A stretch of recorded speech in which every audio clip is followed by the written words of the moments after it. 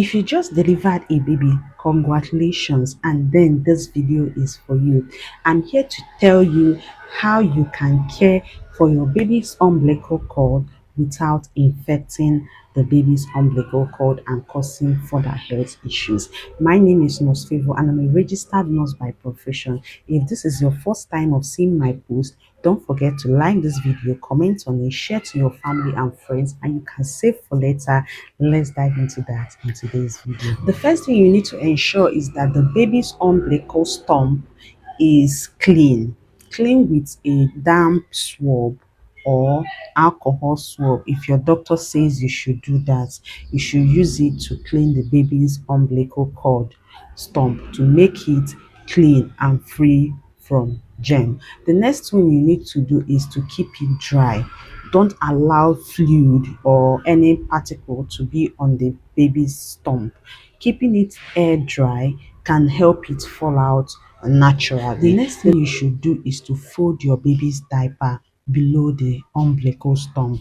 This can prevent it from rubbing on the stump, making it painful for the baby, and also allows air to circulate on the umbilical stump. But if you keep that place wet and damp, infection can easily grow on it. The next thing you should do is to dress the baby on a loose cloth. This loose cloth can help air to circulate on the stump to make it dry and there will be less infection. Another thing you should do is to sponge bath the baby.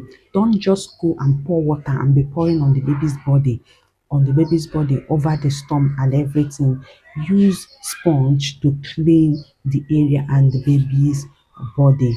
So the last thing but not the least, you shouldn't rub anything on the baby's umbilical stump, whether it's Vaseline or whether it's penicillin or whether it is toothpaste. You shouldn't rub it on the baby's umbilical cord, because these things, when God wants to punish you, the thing will just turn to infection on the baby's umbilical cord, and that is not what you want. Another thing, the next thing I will discuss is things you should never do to your baby's umbilical cord. Number one is never try to pull the baby's umbilical cord before its time. Maybe you are eager for it to fall down, then you start pulling it.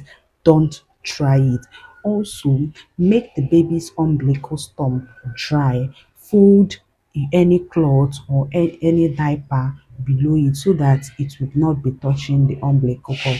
Don't apply anything on the umbilical stump, whether it's powder, rub, anything at all, toothpaste. Don't rub it on the baby's umbilical cord. If you see a slight bleeding coming out from the baby's umbilical, maybe some red substance coming out from the baby's umbilical cord, it is normal. Once you see that, clean it off or clean it off. But when the thing starts coming heavily, please take the child to your doctor. So these things are the things you should do and never do to your baby's umbilical cord. All these things I've mentioned is things you should do and not to do on your baby's umbilical cord. So don't allow the devil to tempt you in any way to start doing all this stuff that I said you shouldn't do to your baby's umbilical cord, because infection in that area can be very dangerous. If this video has added value to you, don't forget to like this video, comment on it, share to your family and friends, and you can save for later. See you in my next video. Bye.